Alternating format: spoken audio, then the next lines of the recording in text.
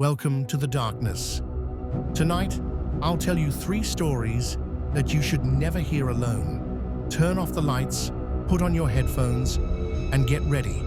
This is not just stories, it's a warning.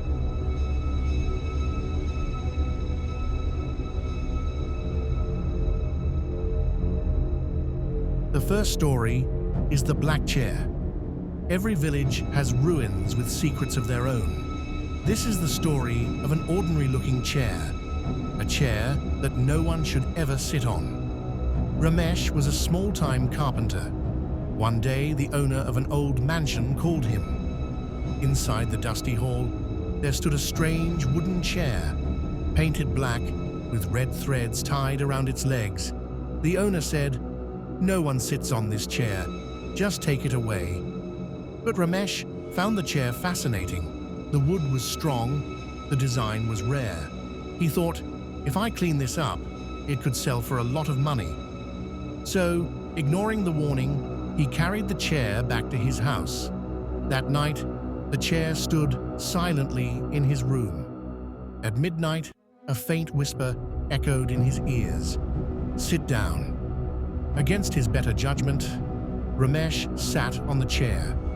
The moment he did, his body froze. His eyes shut tight. He felt a cold breath on the back of his neck, as if someone invisible was standing right behind him.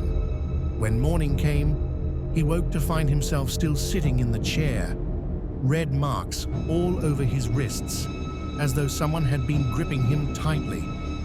The next night, his friend Vijay came over. Jokingly, Vijay sat on the black chair. Within seconds, his voice changed.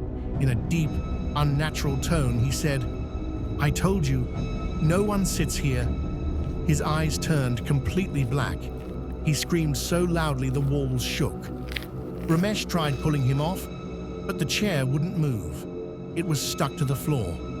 Suddenly, Vijay collapsed onto the ground. The chair was back in its place, standing perfectly still, as if nothing had happened. Vijay survived, but he was never the same again. At night, his eyes would turn black, and he repeated the same words over and over. "Your turn is coming, Ramesh. The chair is waiting." To this day, people say the black chair still stands inside that abandoned mansion, waiting for its next victim. Let's move on to second story. Its name is The Last Passenger. Late-night bus rides are never truly empty. Sometimes the passengers you see aren't alive at all. It was 1:30 a.m. when Daniel, a bus driver in a small town, pulled over at the last stop.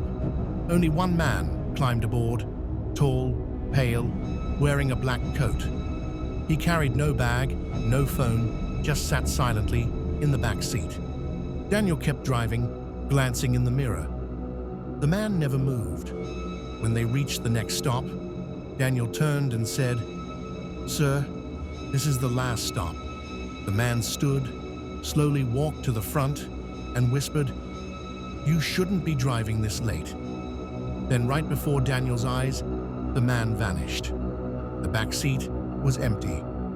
When Daniel checked the bus security camera later, he saw something worse. The man in black was never sitting. He had been hanging upside down from the ceiling, staring at him the entire ride. Now let's move on to third story, and its name is The Roommate. Sometimes, living with a stranger isn't just uncomfortable, it's dangerous. Emily had just moved into a cheap apartment.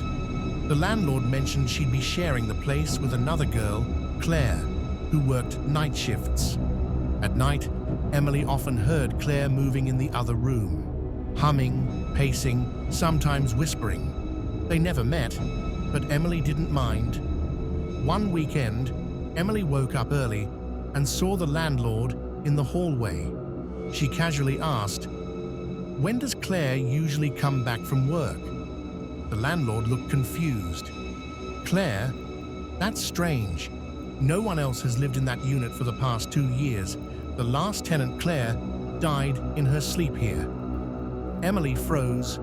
That night, The humming started again, louder, right outside her bedroom door, and this time, a soft voice whispered through the crack. "Emily, can I come in now?" Did you feel that chill? Remember, some stories are not just fiction. If you enjoyed this horror tale, don't forget to like, share, and subscribe for more nightmares. And never forget, shadows are always watching.